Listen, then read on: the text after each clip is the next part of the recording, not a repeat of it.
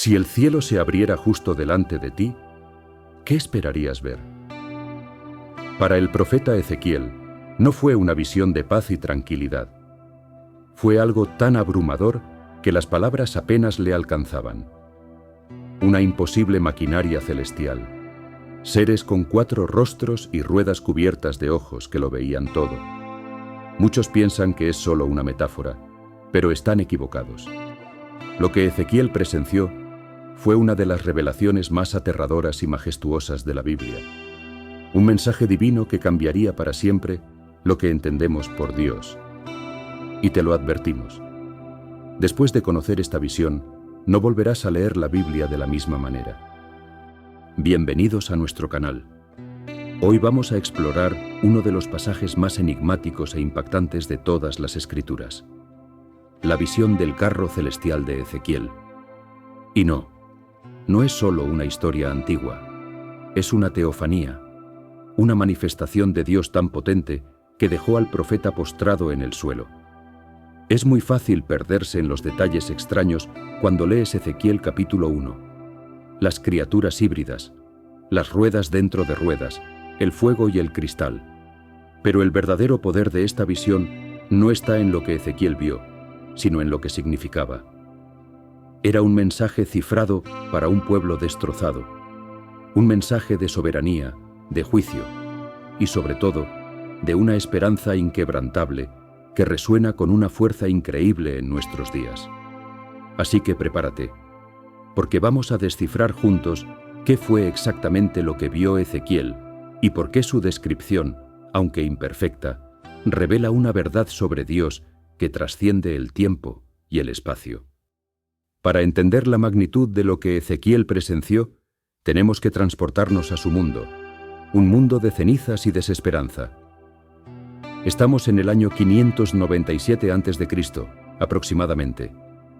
Pero no estamos en la tierra prometida de Israel, sino en el corazón del imperio que la sometió, Babilonia. A orillas del río Quebar, una comunidad de exiliados judíos intentaba sobrevivir. Entre ellos se encontraba un hombre llamado Ezequiel, hijo de Buzi. A sus 30 años, justo la edad en que debería haber comenzado su servicio como sacerdote en el glorioso templo de Jerusalén, se encontraba a cientos de kilómetros cautivo en tierra extraña. Y es que el exilio era mucho más que un simple cambio de dirección. Era una herida teológica profunda, una crisis de fe que amenazaba con borrar la identidad de Israel. Durante siglos, la creencia fundamental era que la presencia de Dios, su gloria o Kabod, residía de forma permanente en el lugar santísimo del templo. El templo no era solo un edificio, era el centro del universo, el punto de encuentro entre el cielo y la tierra, la garantía del pacto de Dios con su pueblo. Pero ahora, la élite de la nación, sacerdotes como Ezequiel, artesanos y líderes, había sido arrancada de su hogar. Jerusalén, aunque todavía no estaba destruida por completo, había sido humillada. La pregunta que flotaba en el aire polvoriento de Babilonia era devastadora. Si Dios vive en el templo y nosotros estamos lejos del templo, ¿nos ha abandonado? ¿Es que el Dios de Babilonia, Marduk, es más poderoso que Yahweh? La derrota militar se sentía como una derrota divina, y el silencio de los cielos era ensordecedor. Para un sacerdote como Ezequiel, cuya vida entera giraba en torno al templo, el exilio era una sentencia de inutilidad. Se sentían olvidados, como si su Dios se hubiera quedado atrás en Jerusalén, indiferente a su sufrimiento.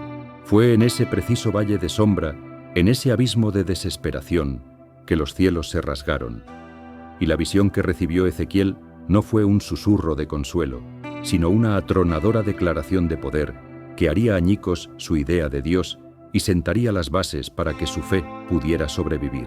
Imagina a Ezequiel, sentado junto al río Quebar, pensando en la tragedia de su pueblo. De repente, algo al norte llama su atención.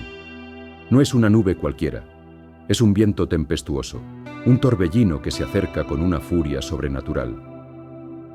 Dentro de la tormenta, una gran nube pulsa con energía, y de ella brota un fuego que relampaguea sin parar.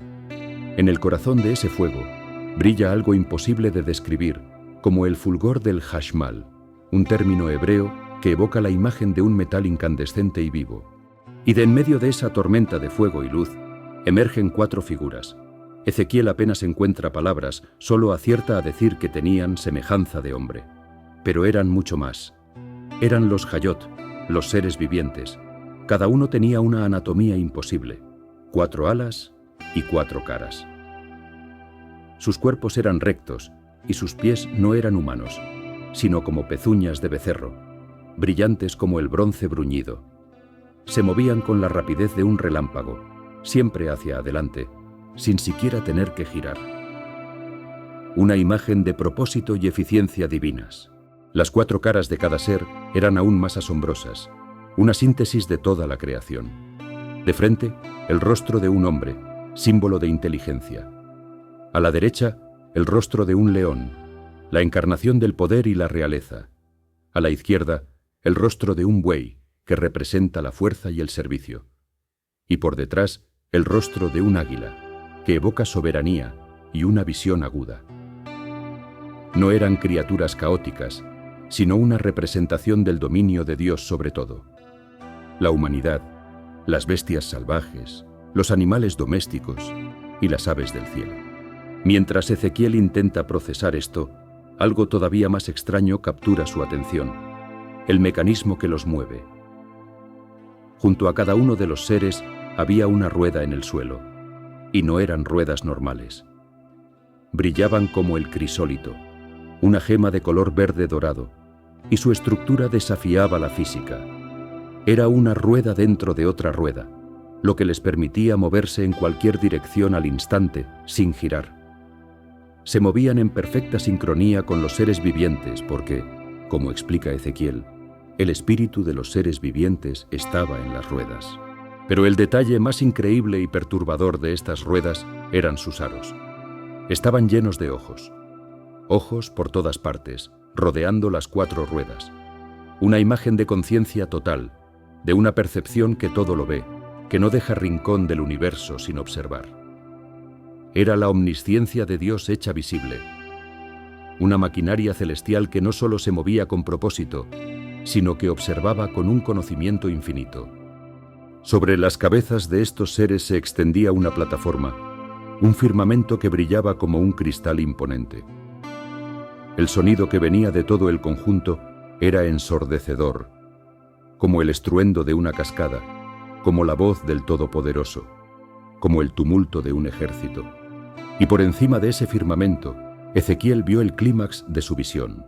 Allí había la semejanza de un trono, hecho de una piedra preciosa de un azul profundo como el zafiro, y sentado en el trono, una figura con apariencia de hombre. No era una forma clara, sino una silueta envuelta en gloria. De la cintura para arriba, brillaba como metal al rojo vivo. De la cintura para abajo, era fuego puro. Rodeando a la figura, había un resplandor, un halo de luz con todos los colores del arco iris. Era, como concluye el propio profeta, la apariencia de la semejanza de la gloria de Jehová. Ante tal majestad, ante esa revelación abrumadora de poder y santidad, Ezequiel no pudo hacer otra cosa. Cayó rostro en tierra, un simple mortal postrado en el polvo de Babilonia. La visión dejó a Ezequiel en shock, pero no estaba hecha para ser incomprensible. Era un mensaje codificado, y cada detalle estaba diseñado para responder a la crisis de fe de Israel. Entonces, ¿qué significaba todo?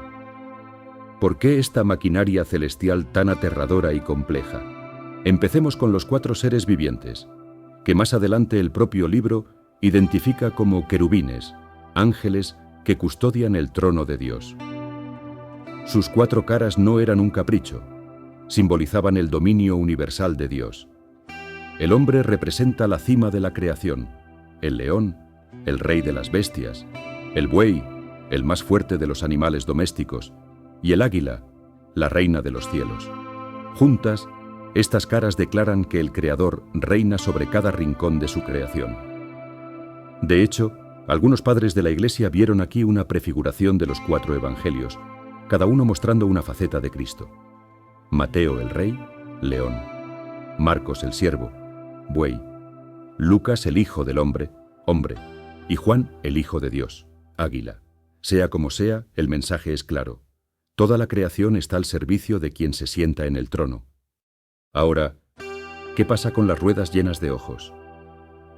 Este es quizás el detalle más revolucionario de la visión. Los ojos, por todas partes, son un símbolo inconfundible de la omnisciencia de Dios. Nada escapa a su mirada. Justo cuando los exiliados se sentían invisibles y olvidados, esta imagen era una declaración brutal. Dios los veía. Veía su sufrimiento en Babilonia, pero también los pecados que se cometían en secreto en Jerusalén. Su conocimiento no estaba limitado por la geografía ni por las murallas de un templo, pero es el movimiento de las ruedas lo que contiene el mensaje central para los exiliados. Toda esta construcción, querubines, ruedas, trono, era un vehículo. Era el Merkabá, el carro del trono de Dios. Y la idea de un trono con ruedas es radical. Significa que la gloria de Dios es móvil. Esto destrozaba por completo la teología que había hundido a Israel en la desesperación. Creían que Dios estaba confinado al templo, pero esta visión gritaba todo lo contrario. El trono de Dios no estaba anclado en Jerusalén. Podía aparecer donde quisiera, incluso junto a un canal de riego en el corazón del imperio pagano. Que la visión viniera del norte, la misma dirección desde la que atacó Babilonia, era simbólico. Dios estaba usando a Babilonia como su instrumento de juicio, pero no estaba ausente. Él mismo estaba presente en medio de ese juicio. La gloria de Dios abandonaría el templo, sí, pero no como una derrota, sino como un acto deliberado de un Dios soberano que se mueve para juzgar la infidelidad. Y aún más importante, un Dios móvil es un Dios que acompaña a su pueblo al exilio. No se quedó atrás. En un acto de compasión increíble, cuando Israel fue al exilio, Dios fue al exilio con ellos. El carro celestial descendió a la tierra de los opresores para estar con los cautivos. Esta fue la revelación que lo cambió todo. Dios no los había abandonado. Su presencia trascendía cualquier edificio, ciudad o circunstancia. Estaba tan presente en su dolor en Babilonia como lo estuvo en la gloria de Jerusalén. La visión no era la de un Dios estático y lejano, sino la de un Dios dinámico, omnipresente y soberano, cuyo control sobre la historia era absoluto. Esta visión no fue solo un espectáculo, fue la comisión divina que dio inicio al ministerio de Ezequiel. En cuanto cayó al suelo, la voz desde el trono le ordenó que se pusiera de pie, y el Espíritu entró en él para darle su misión. Y esa misión era doble, reflejando al Dios que acababa de ver. Un mensaje de juicio inminente y al mismo tiempo una promesa de restauración futura. Primero, Ezequiel fue nombrado atalaya de Israel. Su deber era como el de un centinela, advertir del peligro que se acercaba. La visión del carro era la prueba de que Dios veía perfectamente la idolatría y la injusticia que habían podrido a Jerusalén. Más tarde, a Ezequiel se le mostrarían las abominaciones que se cometían dentro del propio templo, justificando el juicio que estaba por caer. La gloria de Dios, que se le había aparecido en Babilonia, abandonaría el templo, dejándolo vulnerable a la destrucción del ejército babilónico en el 586 a.C. El mensaje era duro. La catástrofe no era una señal de la debilidad de Dios, sino de su justicia activa. Sin embargo, el juicio de Dios nunca busca la aniquilación, sino la purificación. El mismo Dios soberano que se movía para juzgar, también se movería para restaurar. El libro de Ezequiel, que arranca con juicio, culmina con una esperanza asombrosa. El exilio, aunque doloroso, curaría a Israel de su idolatría. Esta promesa de restauración nos regala algunas de las imágenes más potentes de la Biblia. Ezequiel profetiza sobre un valle de huesos secos, donde Dios soplará su espíritu para resucitar a la nación muerta de Israel. Habla de un cambio de corazón radical, donde Dios les quitará el corazón de piedra y les dará un corazón de carne. Promete la venida de un futuro pastor, un nuevo David, que gobernaría a un pueblo unificado. Y finalmente, la gloria de Dios, cuya partida había sellado el destino del templo, un día regresaría. La última parte del libro de Ezequiel describe la visión de un templo nuevo y perfecto. Y el profeta ve la gloria de Dios regresando para llenar este nuevo santuario, con la promesa final: el Señor está allí. Por tanto, la visión del carro no solo anuncia el juicio, garantiza la restauración. El Dios móvil que acompañó a su pueblo al exilio es el mismo Dios que los guiaría de regreso para habitar permanentemente con ellos. La visión de Ezequiel, con su maquinaria celestial y su gloria indescriptible, puede parecer un relato extraño y lejano, pero su mensaje es tan relevante hoy como lo fue para aquellos exiliados. ¿Cuántas veces nos hemos sentido en nuestro propio exilio, atrapados en circunstancias que nos hacen sentir abandonados por Dios, en crisis que nos hacen dudar si a Él le importamos? La revelación de Ezequiel es la respuesta a esa duda. Nos muestra que la presencia de Dios no está limitada a una iglesia, a un sentimiento de bienestar o a un momento de éxito. Su trono es un carro. Él es un Dios en movimiento, soberano sobre cada tormenta de nuestras vidas. Él está con nosotros en medio del dolor, la confusión y el quebrantamiento. La visión es una garantía de su soberanía y su compañía incondicional. Así como estuvo con Ezequiel en su punto más bajo, Él está presente y activo en nuestras vidas, incluso cuando no podemos verlo, guiando nuestras historias hacia su propósito. Si este viaje a través de las Escrituras te ha aportado algo, suscríbete a nuestro canal para no perderte más exploraciones como esta. Y nos encantaría leerte en los comentarios. ¿De qué manera te da esperanza hoy saber que Dios está presente, incluso en medio del exilio? Gracias por acompañarnos y recuerda siempre, el trono de Dios está en movimiento. Esto es Huellas de Fe.